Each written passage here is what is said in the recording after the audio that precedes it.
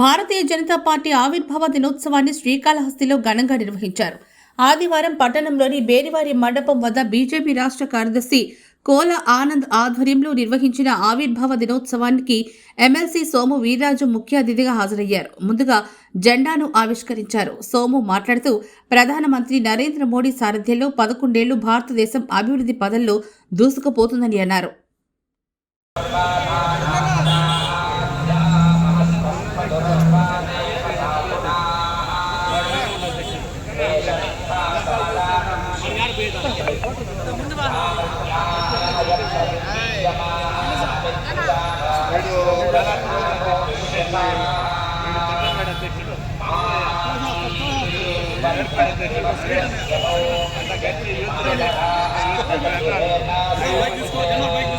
జెండా